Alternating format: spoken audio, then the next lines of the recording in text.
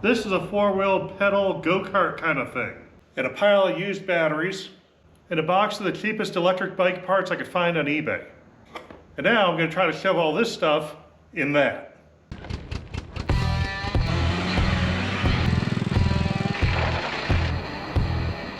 Now the reason for this project, I mentioned in a previous update. A while back I built an electric three-wheel bicycle. So my dad had something that would get him a little bit farther and faster than a hoveround would. Someone grabbed it and carried it over that fence and took it away. So I got a four-wheel pedal car and another electric motor. I think this one will be more stable and better than that three-wheeler. I've been collecting parts for a little while now. I think I have enough to actually get some progress done. One lesson I learned from my previous one is I needed more power. This is more tires at a lower pressure, so there's going to be a lot more rolling resistance. Last one was 24 volts. This is a 48 volt motor rated at 1000 watts. Also going to gear it down a bit. This motor is a direct drive type. If I connect the wheel directly with a chain, it has to turn the motor, which means you can't really pedal it without powering up the motor and causing a lot of drag. So I'm going to add some freewheeling sprockets into the mix. They said they were for a 10.5 millimeter shaft. The cheapest thing I could find that was close was 1/2 inch. So I figured what I'd do is I'd just turn the end of the shaft down to the 10.5 millimeter. Then I got the sprockets in hand, flipped them over. The other side is bigger. That actually fits over the 1/2 inch shaft. I do need to make this fit all the way. So we got to turn that 10.5 millimeter into a 1/2 inch. With wood in the vise, you can actually squish the teeth right into the wood. So I won't damage those, but I'll hold it securely. Now, of course, this is a one-way ratchet, so it spins free one direction. Luckily, the way I need to go is the way it locks up. Now, a little bit of cutting oil here, 1/2 inch reamer.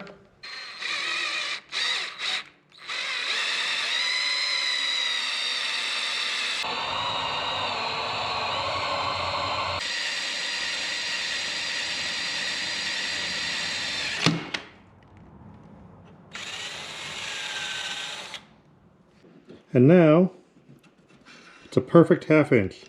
Like most vehicles of this type, this one is one-wheel drive. That makes it cheaper and easier to build because you don't need a differential or anything like that. But I also learned from my last one, I don't like one-wheel drive. I'm going to have the motor driving that shaft directly. Then the one-way sprocket that'll allow the freewheeling will go on the end. But not just one of them. I'm going to put another one on the other end. Each one-way sprocket is going to drive one of the tires. So the tires can go faster than the shaft, but they can never go slower. When it takes a corner, the outside wheel will go faster, the inside wheel will drive it. When you're going in a straight line, you have direct drive to both tires. Looking for a good place to mount this shaft, and I can tuck it in real close to the wheels. I have a big difference in the sprocket size. If I get too close, the angle of the chain is going to go way far away from the sprocket and only engage a few teeth. If I move this back further, I'll get more of a wrap around the sprockets and more tooth engagement. There's a nice structural point here where the tubing of the frame goes to a thick plate that holds the bearings and the brakes. So I'm going to attach right there. There'll be something along this line. Wonder if I can sneak the motor right below. Now the actual position of the holes is pretty much approximate. I'm just eyeballing it. But I want both the left and right to be the same. So I clamp two pieces together. I'm going to drill through the whole thing in one shot so all the holes match up, wherever they are.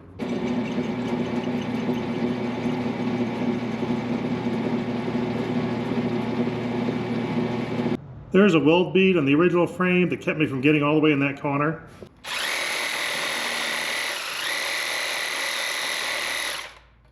The saw did a pretty good job of squaring that up.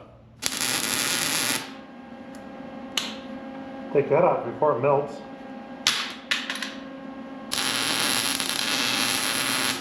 Got the shaft temporarily in place. These mounting holes look very close. Huh. The hole I drilled are almost exactly right for mounting this motor. It's enough to catch the threads and drive it through. I think I can mount the motor right here. This motor came with a sprocket with a kind of oddball chain, so I bought a sprocket that matches, but I couldn't find one with the right bore for the shaft. But I do have a used sprocket with a 1/2-inch shaft. This is a different pitch, but it has the right hole in the center. I think we can mix these together. I got my shaft chucked up in the lathe here. Can slide that sprocket on. Put in a drive key and lock it down on the shaft.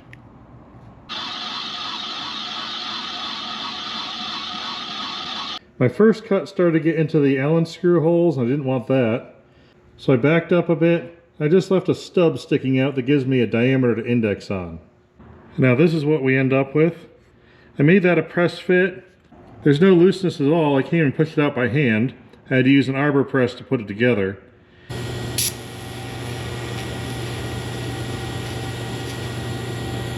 That should be fine. I'm not dealing with a lot of torque here. I bought a couple cheap sheet metal sprockets. You can tell they're poorly made because there's burrs sticking out all over them. I'm sure those will wear off. And I need to connect it to this wheel. I just need to print out something that looks like this. 3D printers in general are pretty handy, but I am not in any way endorsing MakerBot. I don't like their software support, I don't like their hardware support, but about 10 years ago, a lot of people were getting these things as Christmas presents. And somewhere around January or February, they were flooding eBay. So I got it cheap. And they're even cheaper now. I've been using this thing for over 10 years. It's made a lot of parts. The good thing about buying tools is they get cheaper with every part you make. The more you do, the more you save. I cringed when I paid $1,000 for that saw when it was new. But the first job I did was 2,000 parts. With all the parts I made in the past 20 plus years, every cut I make is now just pennies. The 3D printer helps out again. These tabs fit inside the ribs of this wheel. So now I've got a positive drive on the wheel, and I've got the 3 holes that line up with the 3 big holes in this sprocket. On the freewheel side, the sprocket fits on fine. On the drive side, the inside doesn't fit. But the inside doesn't really matter, so I can just get rid of that. To take out that center, I'm going to use a trick that I didn't come up with. I heard about this in the comments. When you're working with a hole with a big diameter and you want to make it bigger, you take the bigger hole saw you want to make it, put the hole saw it is inside it, and use this as a pilot to guide the outer one. Now, not all arbors have enough thread to do this. I had to dig through. A few of mine didn't, but I found one that did. So we're going to try this out.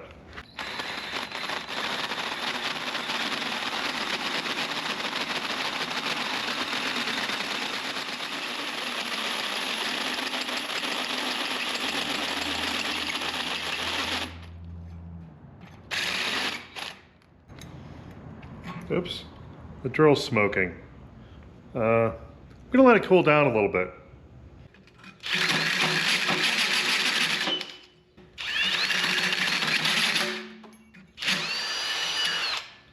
Well, that worked pretty well. I used the 3D printed part as a drill guide, and then aligned the holes I need to put in the rim. Now I got 3 holes in my wheel, and I can run bolts right through there. And now I have a sprocket mount. I got the speed controller that came with the motor hooked up. I'm not sure how red and black translates to blue and yellow, so we'll see which way this goes. Hopefully red and black here translates to red and black here. In my assortment of batteries that should be producing 48 volts. It's actually over 51, but close enough. I connected the throttle. One of the connectors matched colors, the other one didn't. Oh. Things are happening. It seems to think it's full. See what happens when we twist the throttle. Oh, it does something.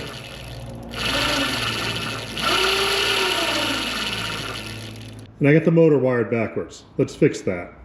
Now we're going to try yellow to red and blue to black.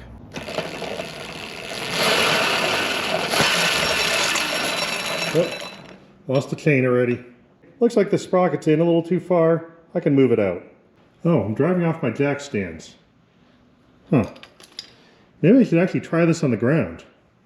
I added a cross member with another bolt to hold the motor on. And I wanted to add a little support so that this whole thing didn't wiggle around. So I added some tubing that went up and over, and that connects to the chassis. On this side, the motor was under it, so I didn't want to go down below. On this side, The brake was on top, so I went down below.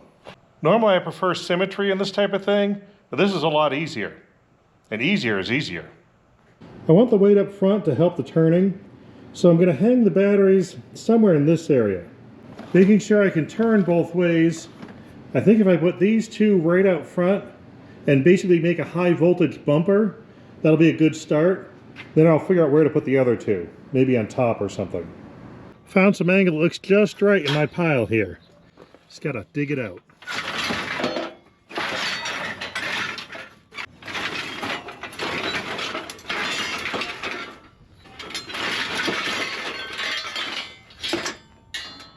Oh yeah, that's the stuff. I took that scrap angle, made a little frame that's welded to the base, and I curved it around a little bit to try to match the angle of that steering column. First set of batteries are in. Normally, I just weld right through the paint. It looks like this one was white and red and blue. So there's at least 3 layers, and the first one might have been powder coat. So I am actually taking the finish off this one before welding. I had enough of this angle to make some long sections here. Some more tubing to hold it together. Very well used piece of plate. Connects it to the other battery box and also ties to the front of the frame. They fit. Now I'll get some wires to them. Down to my last connection. Let's see how the capacitor's charged. Now it's charged. Gonna turn the key. Got juice. Twist the throttle. And it goes. You can still pedal it. Let's see how power works.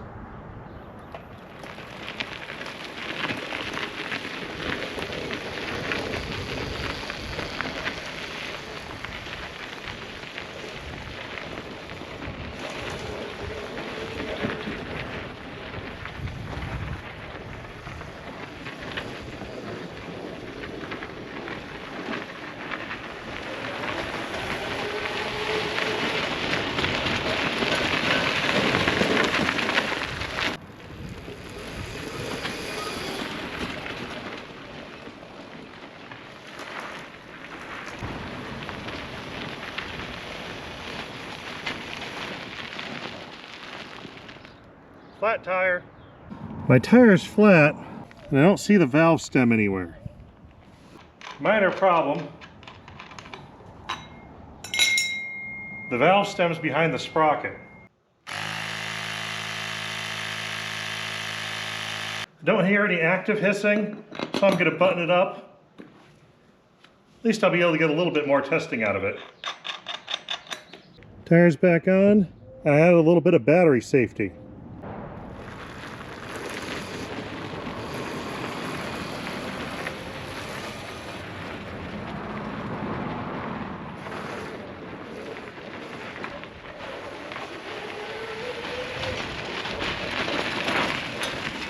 Got brakes.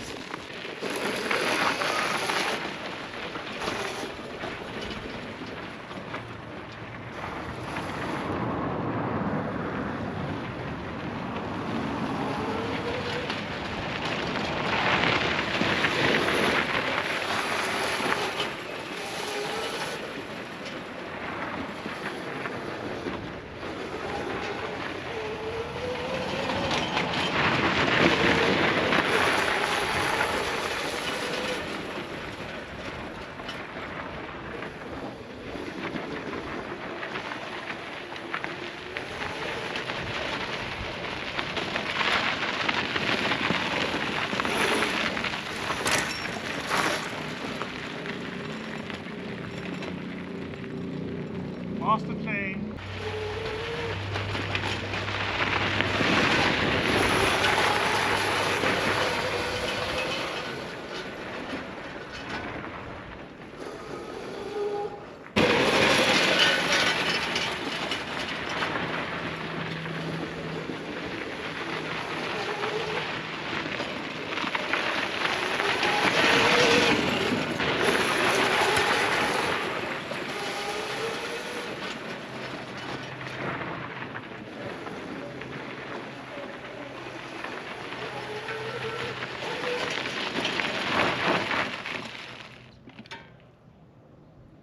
this works.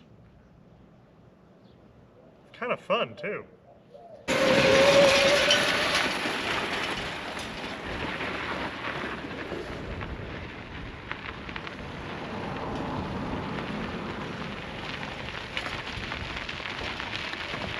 Needs some minor tweaking.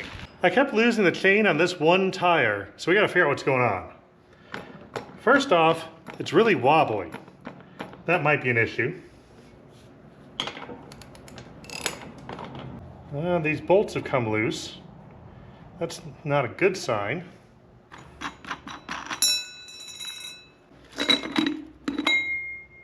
Huh.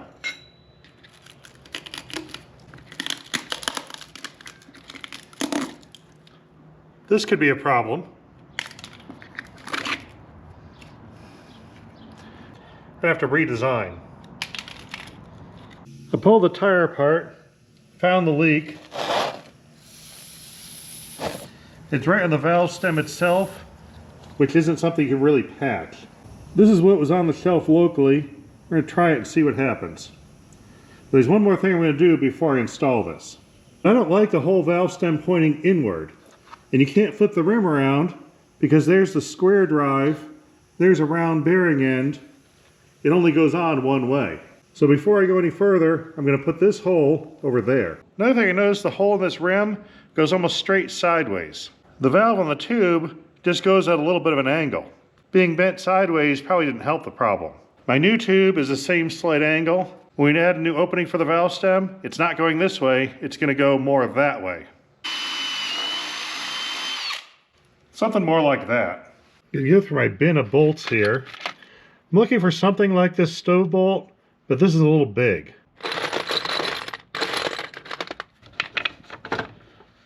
That might be too small. That'd be better, but a little bit rusty. That looks like it. Perfect. Good reason to always hoard your old bolts. Don't you have to go to the store for that. I did want to make it a little bit shorter, but that's quick and easy.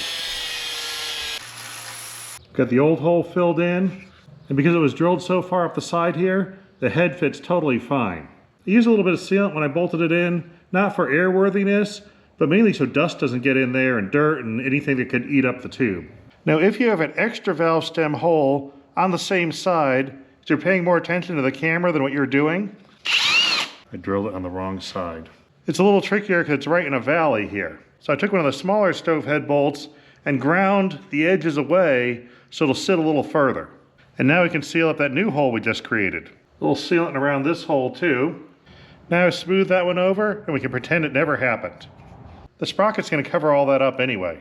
I doubled the wall thickness and doubled the density of the infill. Now I'm going to install the much stronger drive adapter and hopefully it clears that new bolt.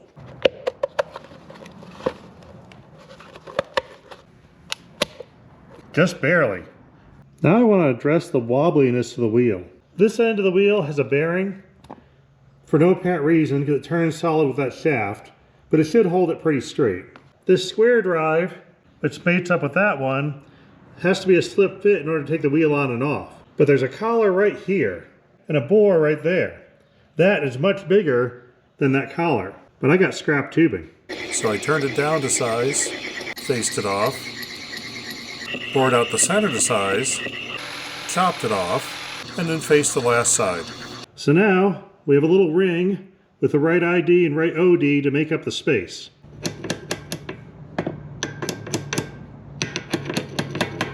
Now we got the right diameter. Now we got a tube that holds air, the valve stem on the outside where we can get to it, and a stronger mounting for the sprocket, and a tighter fit per position. We've improved things. Next, I have to replace the steering wheel with something that'll hold this, like a bent up set of handlebars from a motorcycle that was run over. I bought this to solve a problem I caused. You'll see this in a future project. The old steering wheel has a square drive that fits in a square hole. Found this in my scrap pile from when I was working on that solar panel rack on the camper. That's almost perfect. I got this piece machined down to fit and a hole drilled and tapped in it, so it's now bolted in place. So that's absolutely solid. Now I just have to figure out how to attach my bits of handlebar to it. I clamped the piece of handlebar in the vise, so this part is flat, and then wherever the bend goes, it goes. And I clamped that to the back jaw, so it can't rotate on me. Now step one, I machined the bolt down to a consistent height. Then I machined a notch about halfway through the part. That's going to be square with this piece of the handlebar. I set those notches on the square bar and added lumps of weld in the general area until they stuck. I've got steering. Even at full lock, I can still pedal in both directions. So I think that'll be okay. I think we're ready for more testing.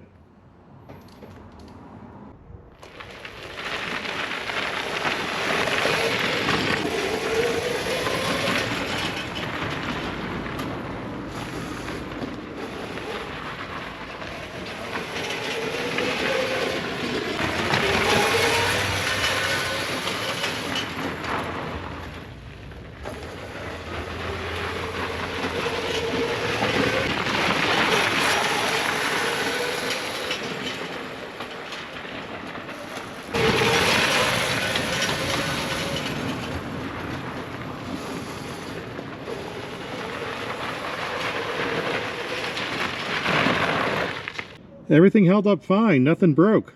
We might have something that works here. But now is the real test. Now if you want to turn the key, you'll see the dashboard light up.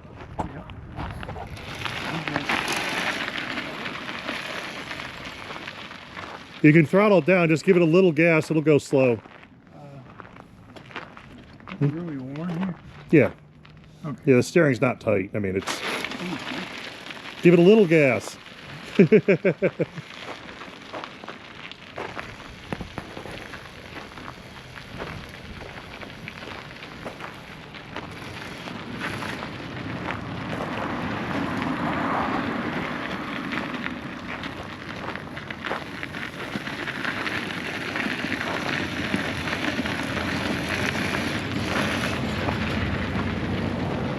Right there is my dad's brand new mobility scooter.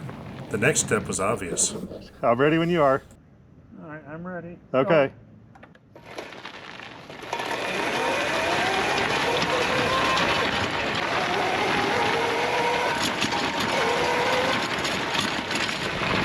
This day had a whole lot of money. I was happy. My dad said he didn't care what color this was, and I figure since it already started out mostly white, so now we're just touching up, not really doing a repaint.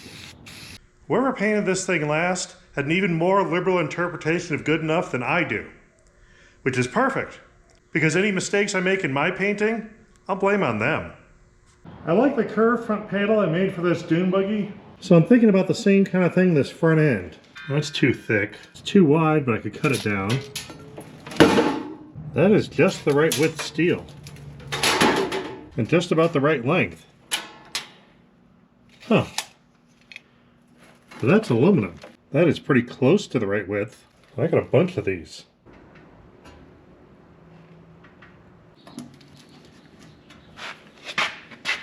That might work. This material is leftover for a job I know I'm never doing again, but it is new. So it still has this plastic coating on it, which is handy because you can mark all your hole locations and it's just on the plastic. That'll peel off.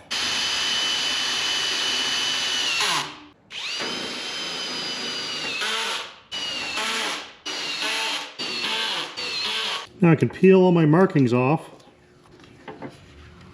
Now the batteries have protection on the bottom and from the front. My original plan was to paint this piece white, but I hate covering up something that looks nice. I'm not sure about the bare aluminum color with the white, but I can always paint it later. If you want to leave a comment on what your opinion is, I'd love to see it. Now I need to touch up the black. Got a piece of cardboard, cut a hole, a slit in it. Masked perfectly. Almost perfect. I took some bits of square tubing, lopped off the ends at an angle, put a hole in the notch in it, so that way I could drop a standard battery hold down in. The one thing I don't like is how close this piece of metal is to those terminals. Some leftover bits of radiator hose solved that problem. I added extra shielding to the wires. Unlike an internal combustion vehicle, where all the energy is stored safely inside a liquid, and you'll have to have a chemical reaction before you can actually release that energy, All the energy here is already ready to go, just crammed inside those plastic boxes. It can come out as fast as those wires will let it, or faster. But I think I've got a reasonably enough level of safety here, so we're going to take this out again, see what it can do.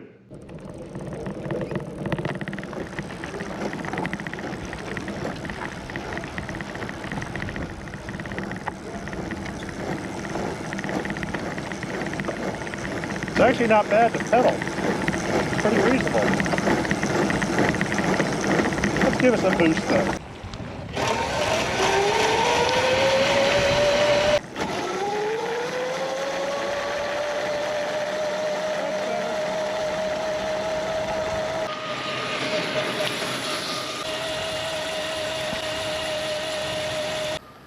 Everything seemed to be working fine, so it's time to get some official numbers.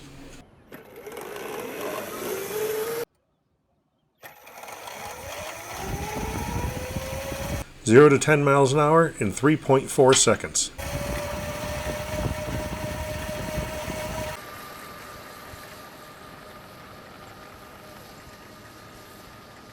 And a top speed of between 11 and 12 miles an hour.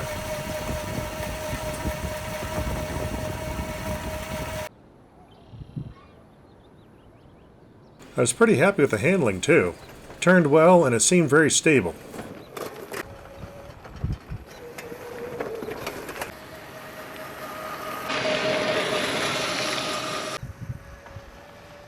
The testing was a success.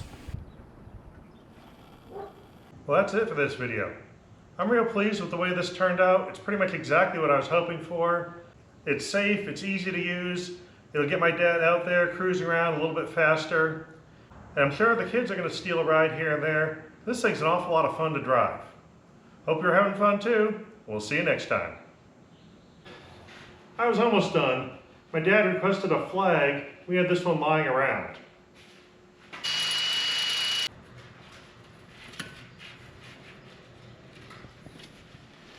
There.